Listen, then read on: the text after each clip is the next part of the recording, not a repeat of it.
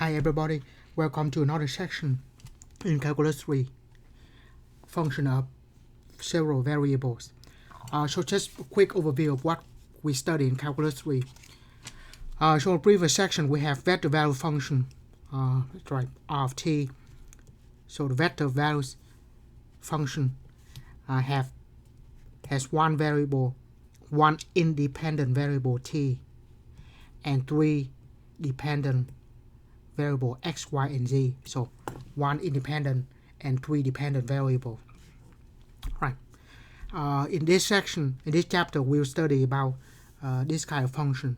The function where we have one dependent variable, and more than one independent variable. So we have like z depends on x and y, or w depends on x, y, and z, and so on. We could have more. And when we go to the last chapter of the book of Cal 3 that we study about vector fields, where we have three independent variables, x, y, and z, and we have three dependent variables. In this case, the first component, second component, or third component. We just call that function m, n, and p. Bottom line is we will have more than one independent variable or more than one dependent variable. That's what we focus of Calculus 3, or that's why we sometimes Calculus 3, the topic we'll refer to is called calculus of several variables. Cal 1, Cal 2 is the calculus of one variable. Right, anyway.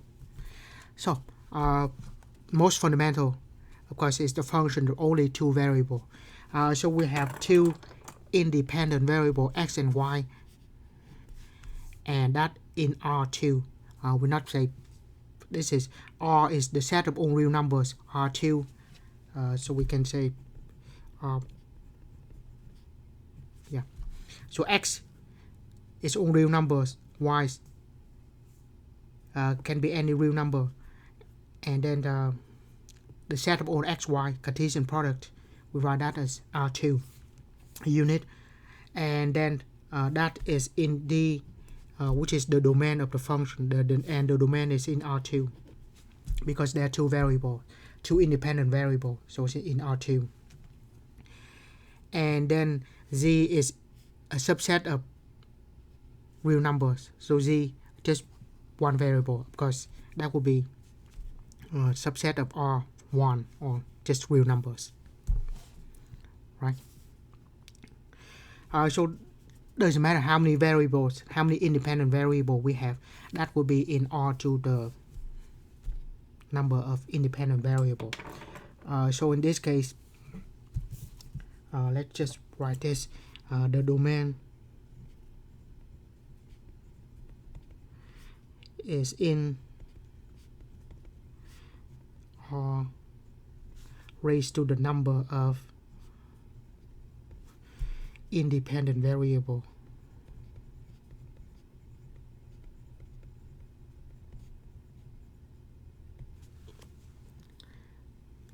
In this case, two variables. Domain is in R2. And the range, of course, is in general is in set of number of dependent variable. Here we have one.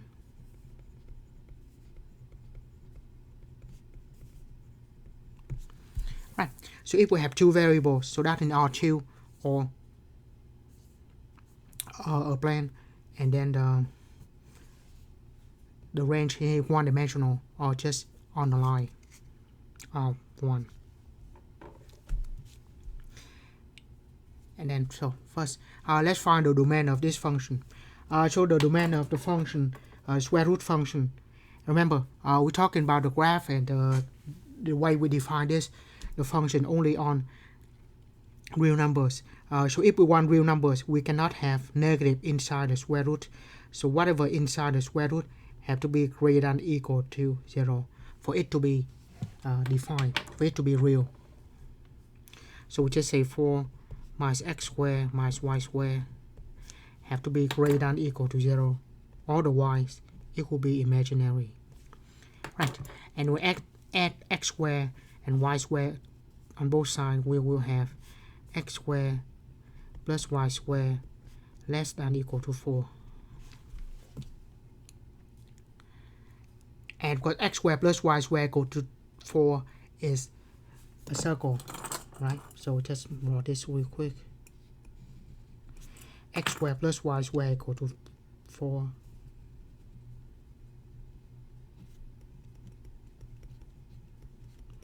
It's a circle of radius 2.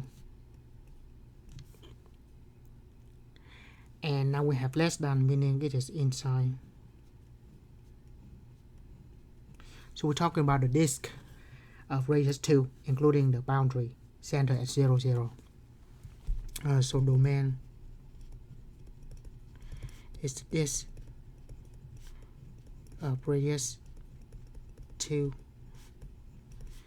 center at 0, 0, and that including the boundary.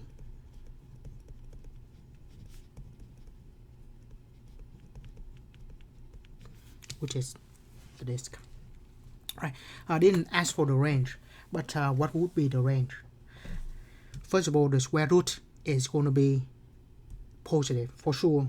The question did not ask for it, but let's just do that anyway. First of all, z have to be greater than or equal to 0, simply because the square root cannot be negative. Right. So what is the upper bound? Is there any range here? So I'm just going to graph this real quick. Let's say we have square root of, just type that, but I cannot type. Remember, the calculator here can only graph two-dimensional graph, so 1x, 1y. I mean, one dependent, one independent variable. So I cannot type x squared minus y squared, but let's I do that, and we have the graph. So we see this the y values here from 0 to 2. So this is also 0 to 2. Right. Another way to think about this is I can rewrite this function as square root of 4 minus x squared plus y squared. A square cannot be negative, so x squared plus y squared have to be greater than or equal to 0. So we start with 4, subtract something greater than or equal to 0. Inside the square root cannot be more than 4, right? 4 is the highest values that can be inside the square root, and square root of 4 is 2. So the range is from 0 to 2. Right. So we define a function of two variables. Of course, when we did not specify that, I mean the function of two variables. What I really mean is a function of two independent variables. Right. Now, the graph of the function of two independent variables is the set of owner x, y, and z that satisfies this. Of course, when we set the set of owner point x, y, z, this one, of course, is in R3. Because there are 3 variables, so 3 components must be in R3. Each one of them can be a real number. So that satisfies this. And then a relation, if we write like this, a function provide that is a function provide that every line parallel to the z-axis intercept the graph at most once. So this pretty much is the analog of the vertical line test. So I just give you 2 examples real quick. When we're talking about equation of a sphere, say 9. So if we have a sphere,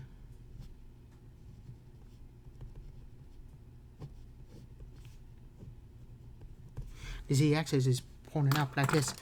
If we draw a line parallel to the z-axis, it will intercept the sphere at 2 points. So this failed the vertical line test. Although for higher dimension, it's not really anything vertical or anything horizontal. We just say if it is parallel to the z-axis, then that is not a function of z in terms of x and y. So this is not a function.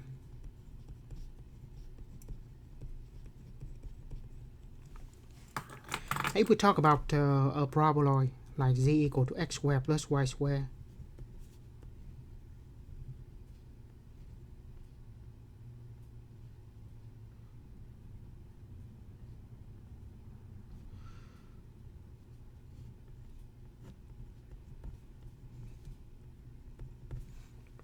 if we draw a line parallel to the z-axis,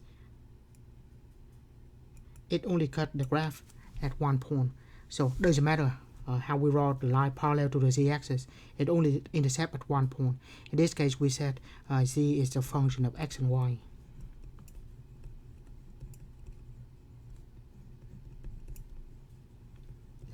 So that is just like the vertical line test for function of one variable.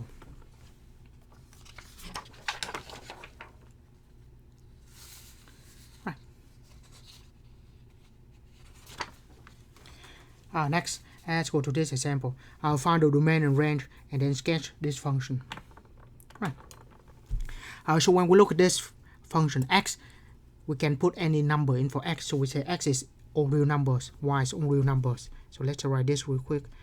As x is all real numbers, can be any real numbers. I should say. Our domain for x is all real numbers.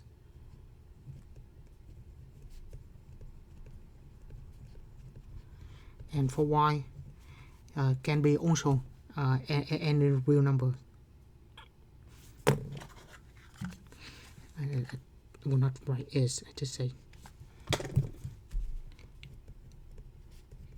can be any real numbers. That is the better way to say it.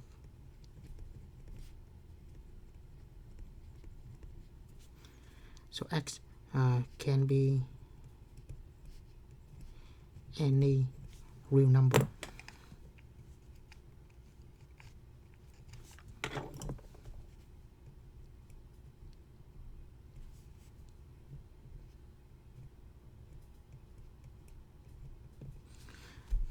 Yeah. So x can be any real number, y can be any real number.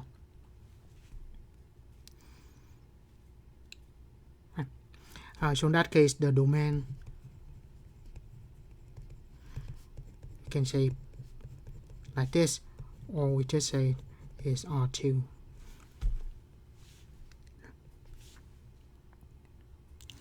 And then the range.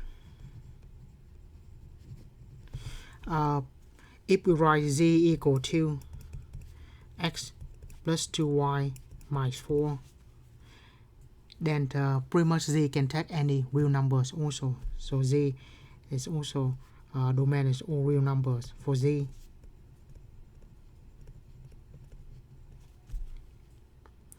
Or we say just R, set of real numbers. So domain R2, range R, set of real numbers. Right. How do we graph this? Z equal to x plus 2y minus 4 equal minus 4. So we move everything on one side. X plus 2y. Let's minus z on the other side. Then move the 4 to the other side. So we have this. How we make this little table for x, y, and z intercept. If x and y equal to 0, then z equal to -4. If x and z equal to 0, y equal to 2. If x and z equal to 0, y equal to 2. And when y and z equal to 0, we have x equal to 4. The reason we only need 3 points because this is the equation of a plane, and the plane, when we have 3 points that not on the same line, will define a plane. So 3 points that are not on the line will determine a plane. Right. So we have x. So x, y, and z. We have 4 on the x-axis. negative 4 on the z-axis and 2 on the y. So usually just draw a triangle here, and we're talking about that plane. Of course that can extend in every direction, but what's the graph look like? Now on this one, similarly, x can be any real number, y can be any real numbers. So the domain for this function is also r times r, the Cartesian product of r and r, or just r2 range. A square function cannot be negative, so x squared greater than or equal to 0, greater than or equal to 0. So z, the range is z greater than or equal to 0, or we can say the range go from 0 to infinity. So that is the range, and to graph that is rather easy. We just have x, y, and z. Let's say we graph y equal to 0, and we graph this on the x and z plane, z equal to x squared, so that is a parabola. This is on the zx plane, so I can say z equal to x squared when y equal to 0. And I will let x equal to 0, we have z equal to y squared.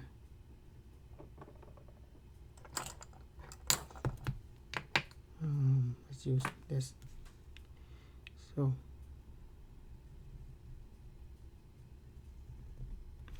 this is z equal to y squared when we let x equal to 0, and then when z equal to a constant, we're going to have a circle. So what I do is with the pencil, we will have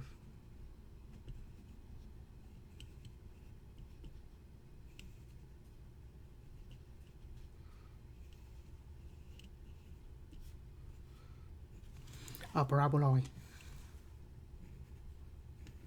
Yeah.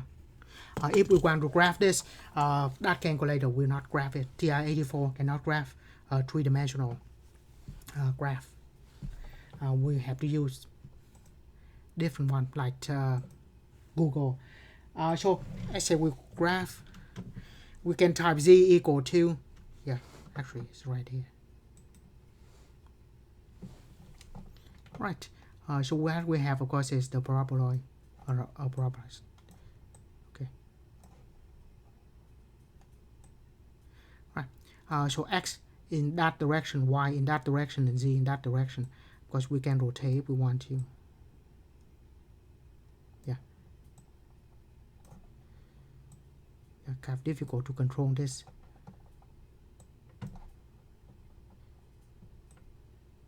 And that's what happens when we have two-dimensional.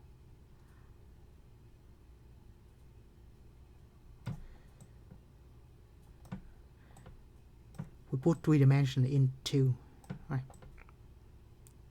Yeah, that's better. So we have x, y, and then z. So it looks like a paraboloid, like that. Again, we just type in search in Google, and it just graph, and it's no problem.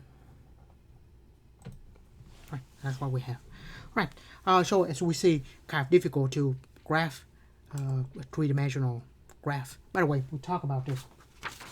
The domain is r to the number of independent variable. The range is in r to the number of dependent variable. What about the graph?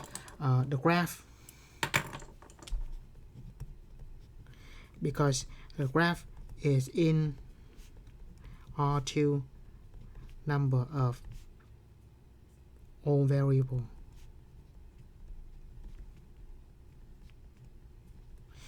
So dependent plus independent variable. So the graph here, 2 independent variable and plus 1 dependent variable. Let's call that z. So we have x, y, and z, 3 variable in total. The graph will be in R3. I did not say the graph is 3-dimensional object. I never said that. I only say the graph is in R3.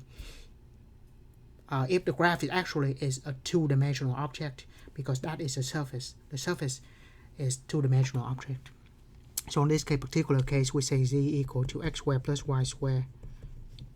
We say the graph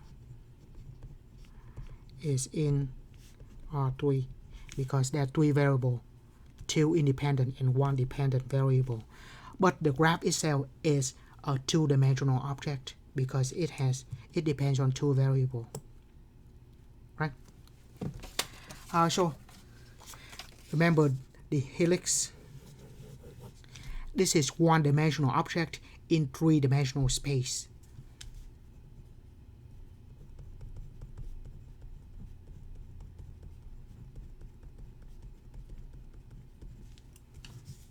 Yeah. So this one-dimensional object in three-dimensional space.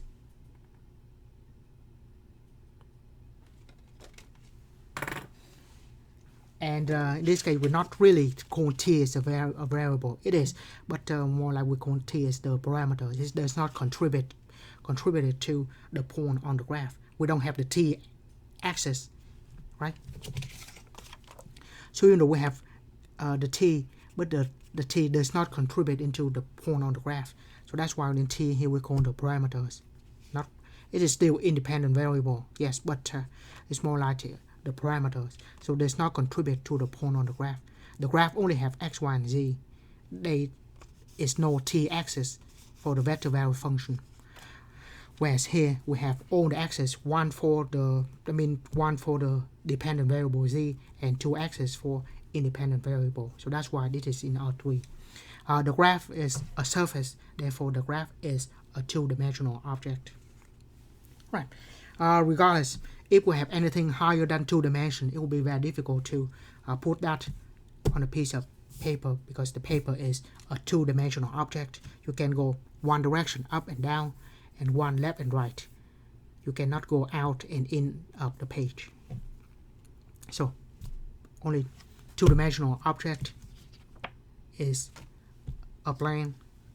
Can be difficult to put the three-dimensional the graph in three-dimensional onto it.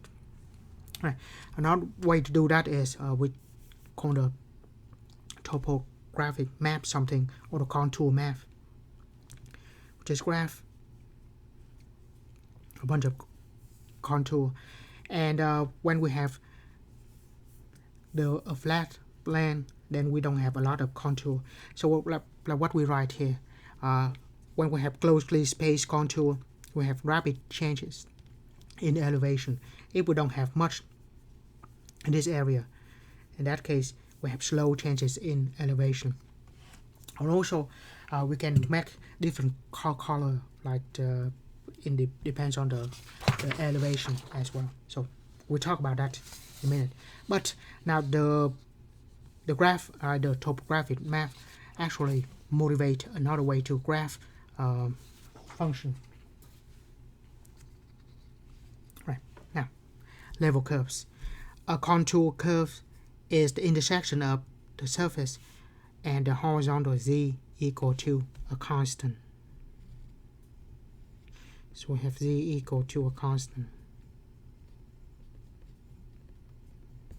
When the contour is projected on the xy plane, the result is going to be this. This curve is called the level curve. So pretty much we're trying to graph a graph in three-dimensional space in a two-dimensional surface, namely a plane. So we have the graph like this. If we let z equal to constant, so we have this is the plane, z equal to constant. The intersection is this, and if we graph a bunch of them and each one corresponding to a z equal to constant, we have the graph like this, and this is called the level curves. And the level curve is in the dimension of R2, the number of variables. Level curve or level set or level surface when we have higher dimension, or we just say level set in general, in or to the number of independent variable.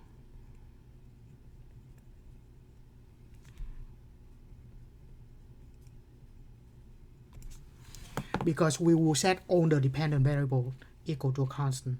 So in that case, that will be set up independent variable.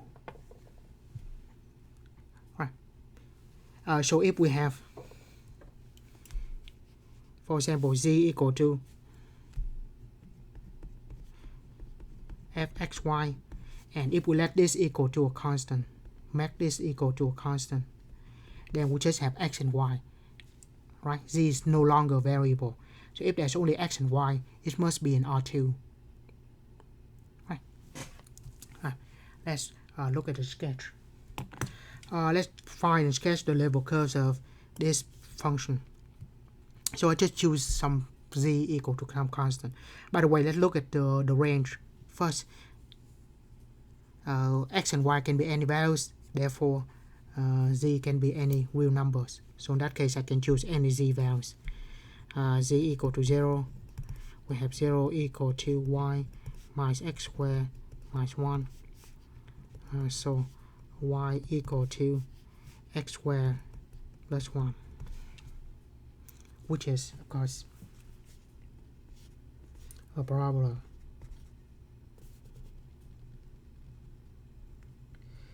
And in the level curves, we indicate that this curve corresponding to z equal to 0. And then we do another one.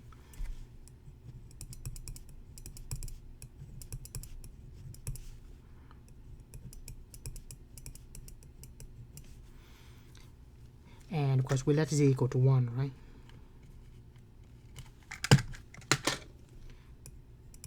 And we move the 1 over, we have y equal to, move the x squared minus 1 on the other side, we have y equal to x squared plus 2.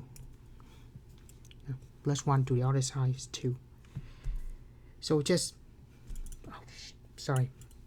this is not z equal to 0.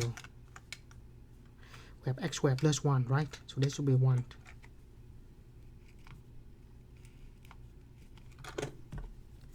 Let's do this again. This is x squared equal to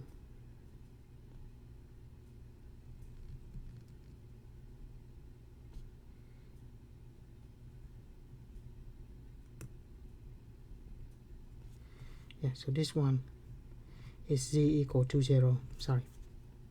There's a 1 here. And when z equal to 1,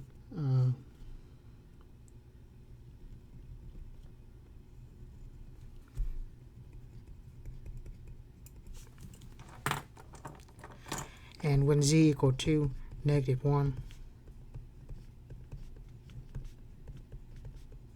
negative 1 cancel out, we have y equal to x squared.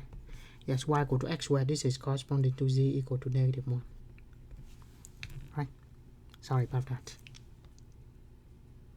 And of course, we can use z equal to 3 and then a lot more than that, but we just have a bunch of parallel parabola. Not really parallel, just a bunch of parabola shaped 1 unit up for each one if we choose z to be 1 unit apart. So that's a bunch of parabola. Right, let's look at the graph real quick. So we will graph z equal to y minus x squared minus 1.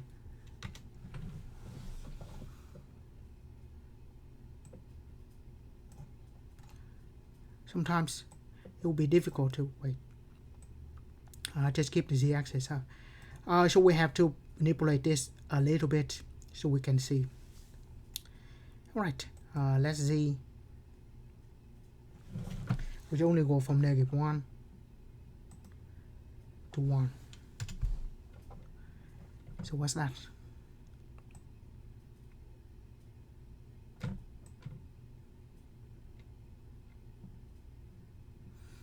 So just have a parabola, right?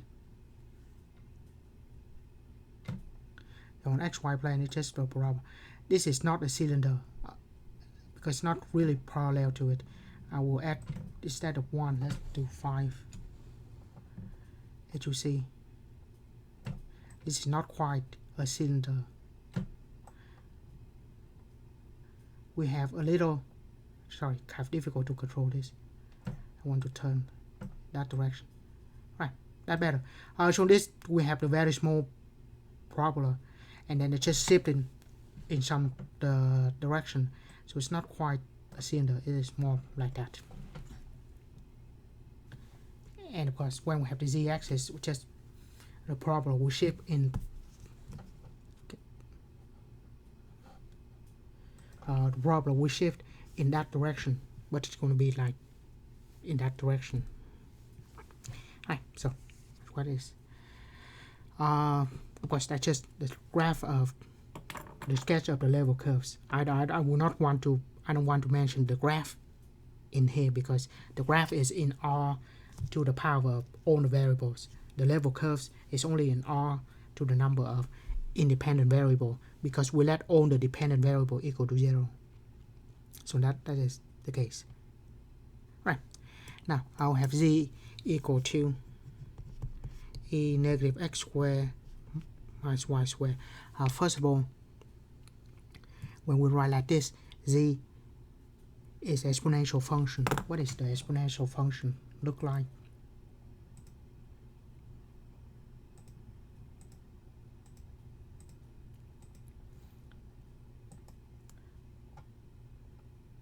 It's like that. So it cannot be negative.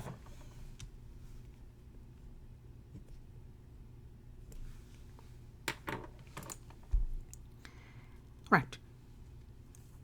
And then we can, when it's positive, we can take ln on both sides.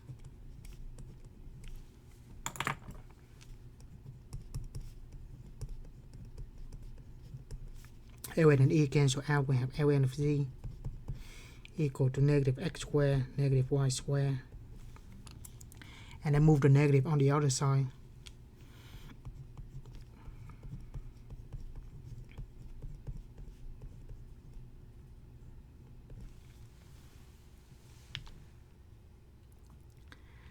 So I have that. So there's some problem here though, right? If ln of z is positive, negative, this negative sign will make this one undefined because x squared greater than equal to 0, greater than equal to 0. If this one is less than 0, there's no point on the graph. So actually this will be more than just this. The range for this one, what is the range? Now think about this, is e to the negative x squared plus y squared. Now let's look at this graph.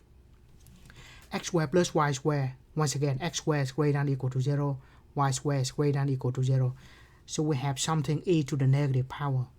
So if we look at the graph, if we put the negative number,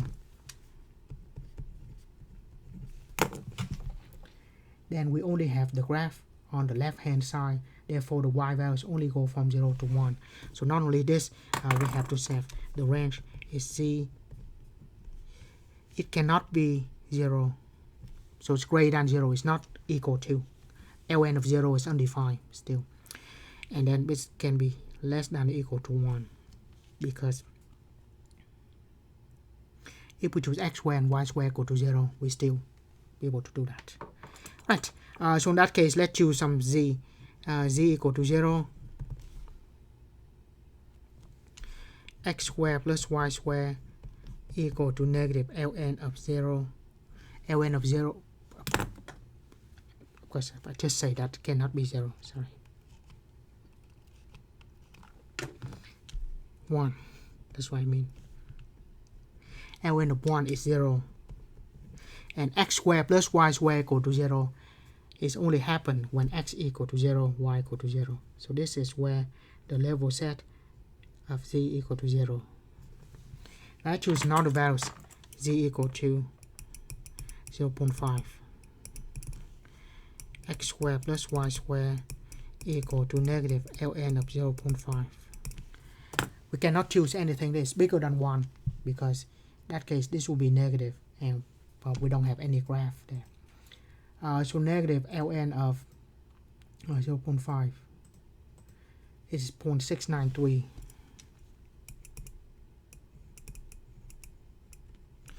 And we can, if we take the square root of this,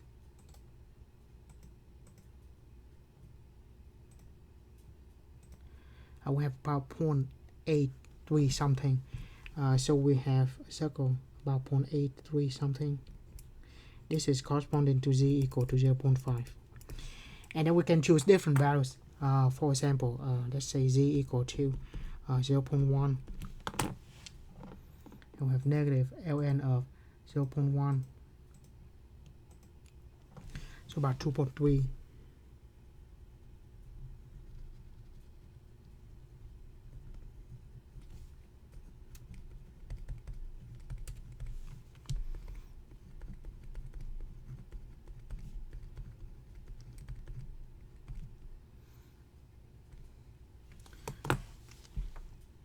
Sorry, I have to take the square root of this. So it's just the ln. So we have to take the square root of that.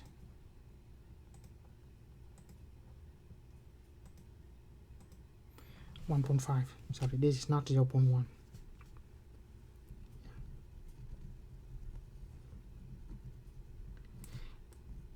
Yeah. So this is corresponding to z equal to 0.1. So we take the square root of that. So, and then here we can choose something. So once again, sorry about that. We're talking about this one corresponding to z equal to 0.1, not the big circle. Yeah. So we just have a bunch of concentric circles. Let's look at the graph real quick. I'm not sure if this works if I enter A.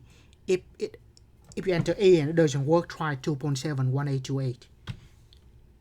I choose A here, to the power of negative x squared minus y squared. Right.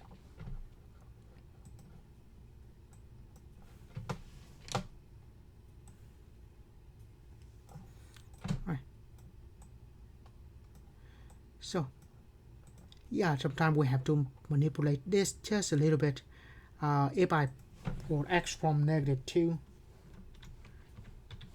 to 2,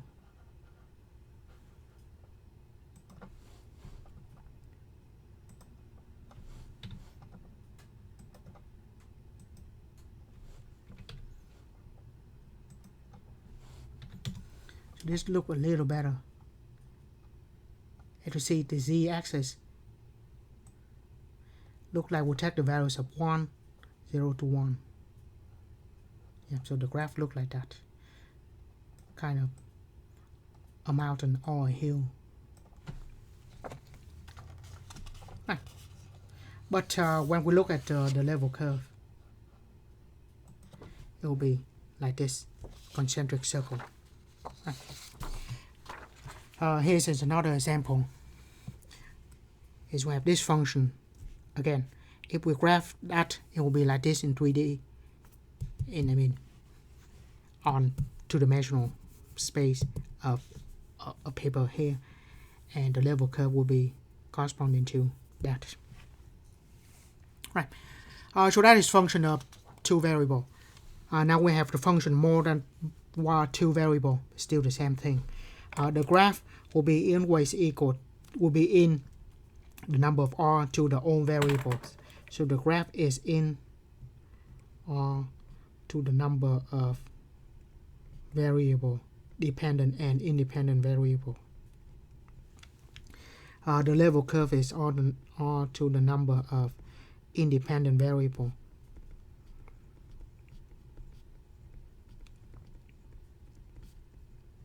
Because we let all the dependent variable equal to 0, so they're no longer variables. So we just have only independent variable left, and that will be the level surface. Or in general, we just say the level set. So three independent variable, and one variable dependent variable. Make that 4. So that in R4, and the level surface or level set in R3, and so on. So that is the generalization. Next, find the domain and range for this one. If we write this as 16 minus x squared plus y squared plus z squared, inside the square root cannot be negative. So once again I will write 16 minus x squared minus y squared minus z squared. All of them have to be greater than or equal to 0, otherwise it's undefined. And move x, y, z on one side. We have x squared plus y squared plus z squared greater than or equal to 16. And that is completely wrong. Move to the other side, that will be less than or equal to. So the domain is going to be a disk. It's not a disk. In 3D, it's going to be a ball.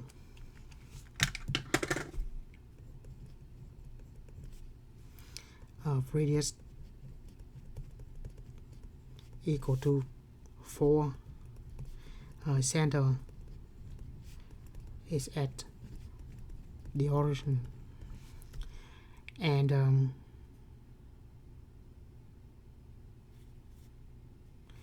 including the boundary because it has the equal sign.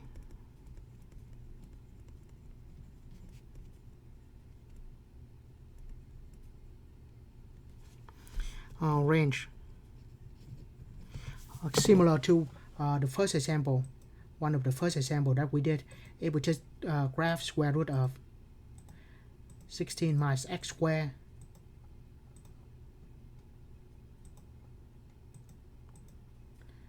so we have that.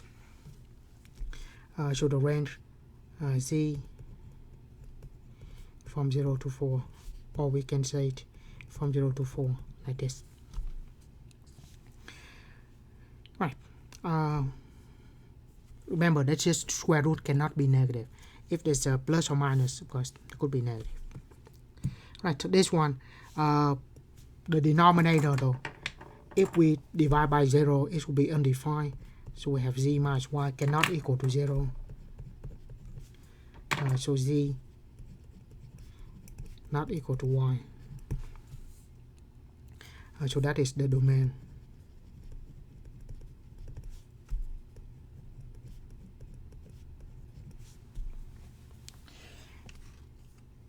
And so everything except on the line or the plane z equal to y.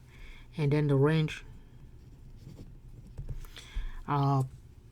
if bottom is not equal to 0, the top there's a y, but we can let x to be anything, so the top can be anything. So in this case the whole quotient can be anything because of the x there, so x can freely chosen to be anything to make it to be all real numbers. Right, and now how do we represent a graph that have more than 2 independent variable? Remember, if we have 3 independent variable plus a dependent variable, so we have 4 variable in total, and we only have 2-dimensional surface. Is a paper here, difficult to, if not impossible, to try to put on the graph. So we can only represent, the way we do that is either we're going to use the level surface and we graph a bunch of level surface corresponding to different level constant w equal to 0, that's a surface, w equal to 1, another surface, and another surface. We just specify a bunch of surface like that. Like that.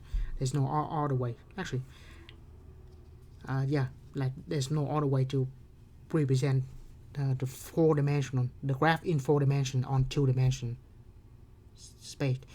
This one, sometimes they have different values. We can represent this using color coding.